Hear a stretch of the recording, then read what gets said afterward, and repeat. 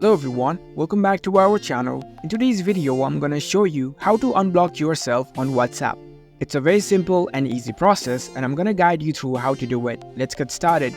First of all, on your phone, launch the WhatsApp app. Once you are in WhatsApp, make sure that you are logged in with your account. Now if any of your contact has blocked you and you wanna unblock yourself, then what you can do is head over to your settings. Here you can see three dots icon at the top right corner, tap on it. Now select settings from here. Now in the settings menu, here you can see account option, tap on it. Now select change number option over here, tap on next. So in order to perform this operation, you need to be assigned with a new number. After you change your number, you will be able to contact them who have blocked you. After changing your phone number, you will be able to contact with the number who has blocked you on WhatsApp. So that's it. That's how you can unblock yourself on WhatsApp. If you found this video helpful, don't forget to give this video a thumbs up and subscribe to our channel for more tech tips. Thank you for watching.